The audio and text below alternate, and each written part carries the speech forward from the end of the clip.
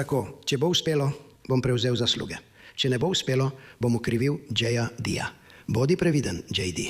Da bodo trdolinjaši v iranskem sistemu preveč poudarjali koristi, ki jih Iran dobi, medtem ko bodo premalo poudarjali vse stvari, ki jih morajo priznati in vse stvari, ki jih morajo zagotoviti, da bi te koristi sploh dobili. Koalicija, ki je Donalda Trumpa naredila predsednika Združenih držav Amerike in J.D. Vansa podpredsednika Združenih držav Amerike, ljudje si morajo to zapomniti. To so bili Meghan Keeley, Tucker Carlson in Joe Rogan.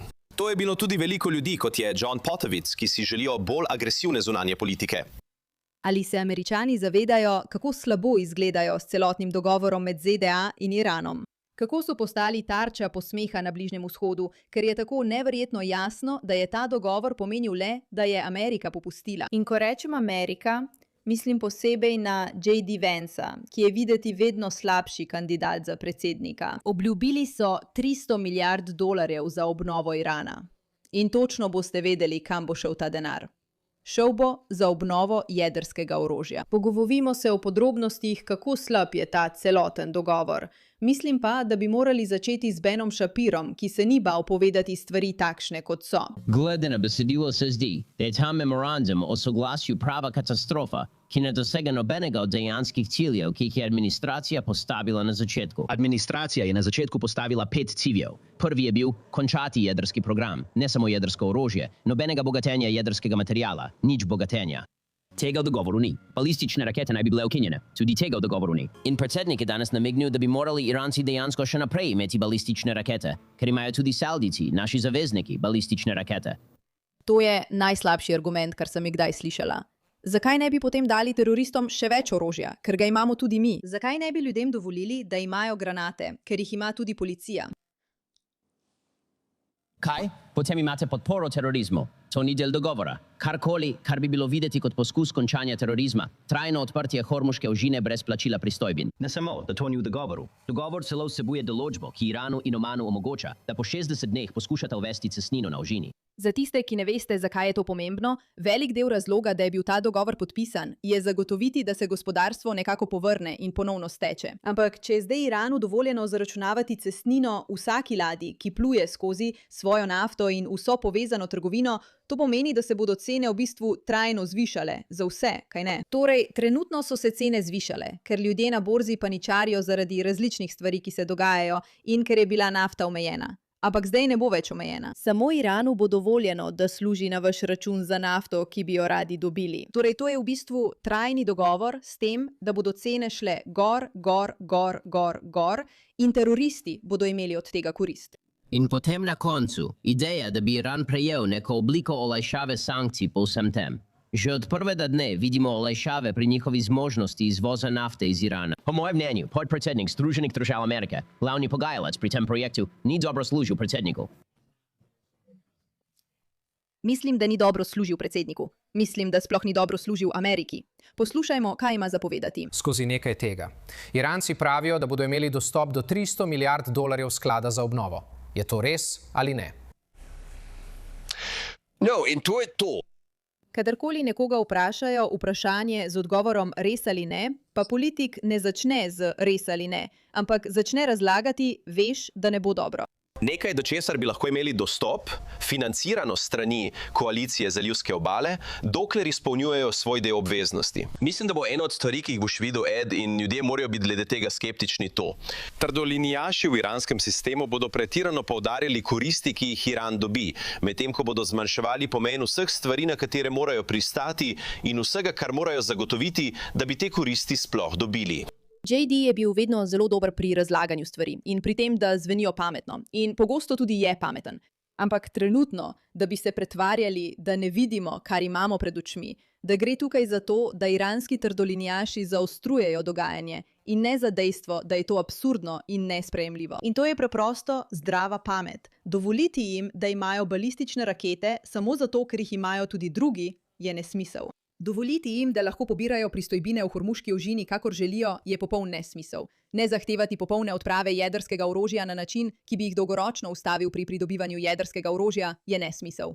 Dovoliti jim, da imajo toliko denarja, za katerega točno vemo, kam bo šel. Ker poglejte, kam je ves denar že šel, je nesmisel. To nima nobene zveze s tem, da bi nas ti Iranci manipulirali s kampanjami in propagando. To je povezano s tem, da znamo prebrati, kaj piše v memorandumu o soglasju in razumemo, da je to res, res slabo za zahodno družbo. Obstaja razlog, zakaj ta memorandum ni bil objavljen. Obstajal je razlog, zakaj so potrebovali čas, da so ga objavili za javnost. To je zato, ker so vedeli, da bi jih odziv javnosti razkril takšne, kot v resnici so. Šibki ljudje, ki so se uklonili terorizmu, namesto da bi bili to, za kar so se ves ta čas pretvarjali, ljudje, ki jih bodo spravili na kolena. Niso jih spravili na kolena. Če kaj, so jim pravzaprav prihodnost postregli na pladnju. Popolnoma smo odprti za to, da države ob obali Perzijskega zaliva vlagajo v obnovo Irana. Vendar le, če Iran konča svoj jedrski program in odpravi svoje zaloge obogatenega materiala. In je resnično odprt za režim inšpekcij in izvrševanja, ki Američanom zagotavlja zaupanje, da Iran nikoli ne bo imel jedrskega orožja. Tako da mislim, Ed, da bo zanimivo opazovati, kako bodo iranski mediji, še posebej tisti bolj skrajni, reagirali. Veliko bodo govorili o tem, kaj so dobili, ne pa o tem, kaj so dali. Pomembno je, da vsi skupaj to popravimo. Če pogledate v zgodovino, kako je to potekalo, Amerika nikoli ni zares dosledno izvajala sankcij, ki jih je obljubila. Zato si Iranci mislijo, v redu, poglejte, Trump bo še malo časa na oblasti, morda bo sankcije izvajal, da ne bo videti kot popoln bedak. Ampak čez leto in pol bomo dobili ves ta denar. Denarja ne bomo uporabili tako, kot bi ga morali. Nadaljevali bomo po svoje. Oni tega ne bodo mogli uveljaviti. Ne bo jih zanimalo, še posebej, če jim uspe in pridejo na oblast demokrati, za kar se močno borijo na spletu. In zato bomo dobili svoje jedrsko orožje. Slej ko prej ga bomo dobili. Edini razlog, da je Iran sploh pristal na karkoli od tega, je bil ta, da so vedeli, da jim pogoji tega sporazuma v prihodnosti omogočajo, da ponovno zgradijo svoje zmogljivosti. Imajo čas. Trajalo bo nekaj mesecev, trajalo bo nekaj let. To je v redu. Ampak mi bomo ponovno zgradili jedrsko orožje. Če bi islamski režim padel, kot je Amerika poskušala doseči in kot so rekli, da bodo na začetku, potem vemo, da to ne bi bila možnost. Vendar pa zdaj poskušajo reči, da je sprememba režima slaba. Ni ravno dobra stvar. In se s tem strinjam. Pogosto sprememba režima prinese le druge težave. Pomembno pa je vedeti, da nas iranski mediji ne manipulirajo, da bi mislili, da je ta dogovor slab, kot nas skuša prepričati Vance. To je dejansko resnično slab dogovor. Če bo uspelo, bom prevzel zasluge. Če ne bo uspelo, bom krivil JD-ja. Bodi previden, JD. Obrnil bo svoje letalo in se pobral od tod. Ja, ta ideja mi je všeč. Mislim, da je to dobra ideja. Kar želim, da tukaj opazite, je, da čeprav je ta posnetek smešen, če bo ta dogovor na koncu slab, bom krivila JD-ja. In ta tip se smeji. Samo poglejte Marka Rubija za trenutek. Tako bom, če bo uspelo, prevzel zasluge. Če ne bo uspelo, bom krivil JD-ja. Bodi previden, JD. Obrnil bo svoje letalo in se pobral od tukaj. Ja, ta ideja mi je všeč. Mislim, da je dobra ideja. Zdi se, da ga to sploh ne zabava. Pogovorimo se za trenutek o Marku Rubiju, ki je bil eden tistih, ki so bili pripravljeni kritizirati JD-ja Vanca v tem času. Država. Tako bomo sodelovali v vzporednem prizadevanju z zalivskimi državami, da bi obravnavali nenuklearna vprašanja, kot so konvencionalne balistične rakete, o katerih bomo govorili. Torej pravi, da bomo govorili o balističnih raketah in podobno, čeprav je v prejšnji izjavi dejal, da je v redu, da jih imajo, ker jih imajo tudi drugi. Podpora, mislim, da jih morajo imeti nekaj, ker jih imajo tudi drugi. Moraš jih imeti nekaj. Nekdo je rekel, da jim ne bi smeli dati več kot eno. In imam svoje ljudi, nekateri od teh ljudi so mi všeč, ampak mislim, da niso pametni. Gospod, ne bi smeli dovoliti, da imajo kakršnekoli rakete. Rekel sem, no kaj naj naredim? Ali bom dovolil Saudski Arabiji, da ima rakete, njim pa ne? Da, gospod. Da, gospod, ker Saudska Arabija ne dokazuje, da je islamski teroristični režim, ki financira narkotike in terorizem po vsem Bližnjem vzhodu in po svetu. In so to sami razglasili, da to počnejo. Želite uporabiti njihovo jedrsko orožje in balistične rakete za uničenje drugih držav, kot so Izrael in države Zahoda, vključno z Evropo in Ameriko.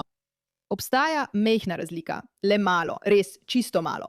Tako pač ne gre, veste, tako ne deluje. Na nek način pa res deluje tako. Na nek način res deluje tako. Terorističnim režimom lahko rečeš, da ne smejo biti teroristi in da jih bomo ustavili, če bodo delovali teroristično. To ni problem, rakete so. Poškodujejo manjše območje, ne pa celega planeta. Tako bodo zalivske države obravnavale nenuklearna vprašanja. Pogovarjali se bomo o balističnih raketah in tudi o terorističnih posredniških skupinah. To mi ni všeč. Včasih mi je bil Trump res všeč, ampak imam občutek, da je bil ta dogovor z njim popolna polomija od začetka do konca. Nič od tega, kar se je tukaj zgodilo, me ni navdušilo. Rekel je, da bo uporabil silo že milijonkrat, pa tega očitno ni izpeljal. In zdaj daje nore, absurdne izjave o tem, kako bi jim morali dovoliti, da imajo balistične rakete. In mislim, da se Marco Rubio dejansko res strinja z mano. Naj vas spomnim, J.D. Vance je pred kratkim gostoval v oddaji Megyn Kelly. Vsi že veste, kaj si mislim o tem. Poglejmo, kaj je imel za povedati.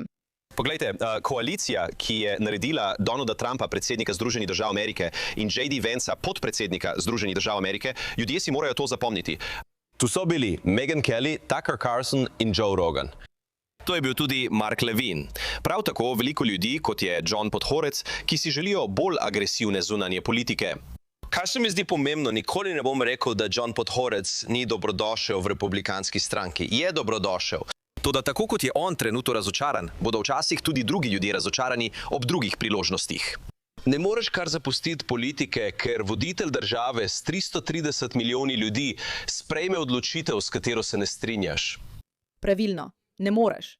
In mislim, da je to nekakšno prikrito razumevanje tega, kar J.D. Vance tukaj počne. Poskuša najti nekaj, kar bo nekatere ljudi osrečilo, druge pa manj, ampak vsi bodo nekako zadovoljni s tem. In mislim, da bi to lahko bil pokazatelj, kako se bo politika razvijala naprej. Če bo J.D. Vance zmagal, kar pa pošteno povedano po tem dogovoru, resnično mislim, da bo za Združene države prava katastrofa.